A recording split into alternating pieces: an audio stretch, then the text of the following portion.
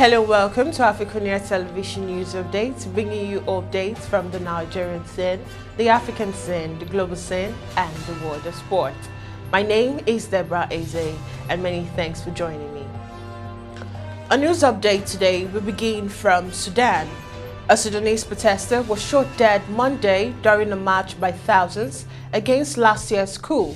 The death takes the total number of people killed to at least 84 since General Abdel Fattah al-Burhan led the October 25th military takeover, according to independent medics. Protests calling for civilian rule have continued in the impoverished northeastern African country despite the deadly crackdown. The protester killed Monday was shot in the head in Khartoum's twin city of Omdurman, according to the Sudanese Doctors Committee.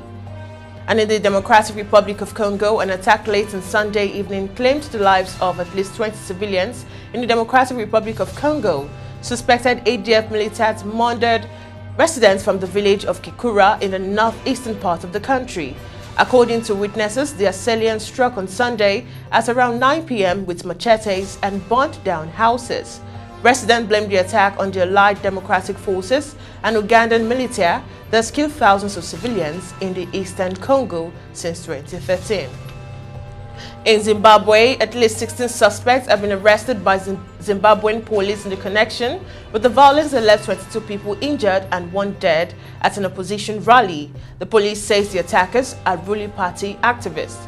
The European Union ambassador to Zimbabwe, Timo O'Cohen, described the violence as an heinous act, adding that a level playing field must be guaranteed for the election campaign, a month before by-elections scheduled for 26th of March.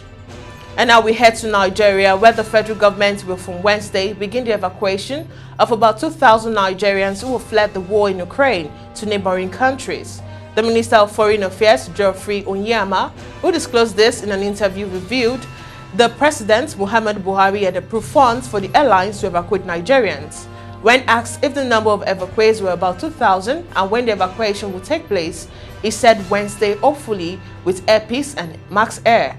He said there were about 8,000 Nigerians in Ukraine, 5,000 of whom were students, adding that the federal government had tipped Air Peace and Air Max to airlift Nigerians who wanted to be evacuated.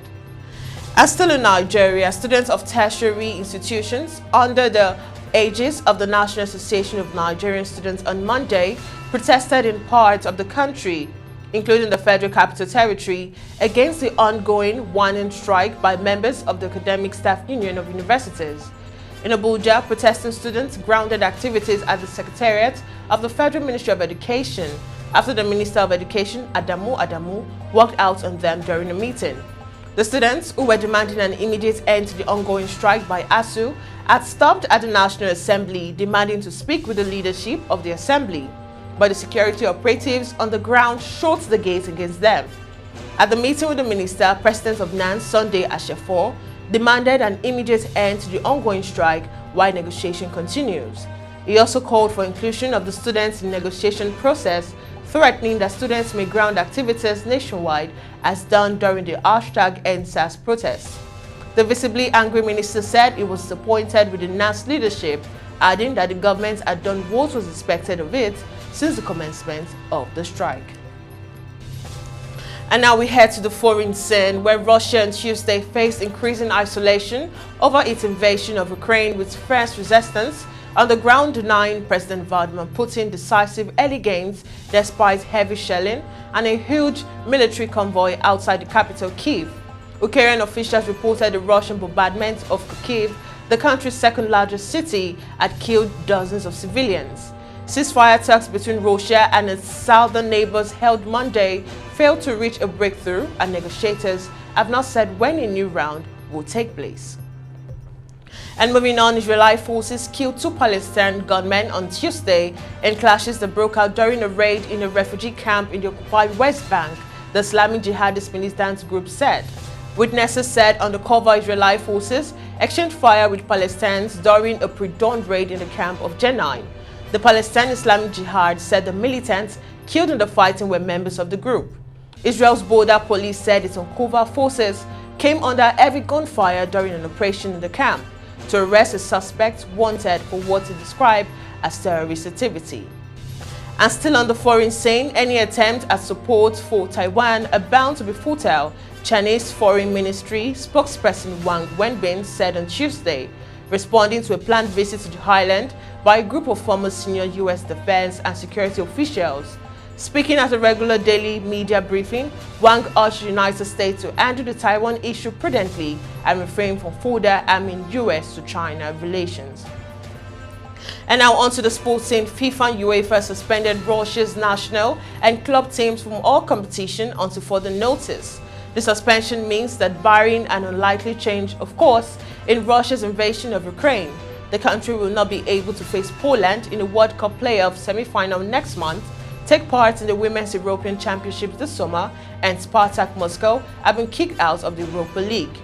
UEFA has also terminated its deal with energy company Gazprom, which is majority owned by the Russian state and is also a major sponsor of the Champions League. And finally, Marsch has been appointed as the new head coach of Leeds United on a 3.5-year deal after the departure of Marcelo Bielsa on Sunday. The Argentine was dismissed following a 4-0 defeat to Tottenham, leaving Leeds 16th in the Premier League table and 2 points from the relegation places. Marsch, who was previously coached at New York Red Bulls and RB Salzburg, has signed a contract until June 2025 and will be tasked with turning around the club's recent form, with Leeds having not won in 6 leagues outing. And that's all we have for you on News Update today. Our social media platforms are displayed on your screen. Do ensure to follow us in that respective order. And also subscribe to our YouTube channel and visit our website on www.africunia TV. My name is Deborah Ezeh. Many thanks for watching.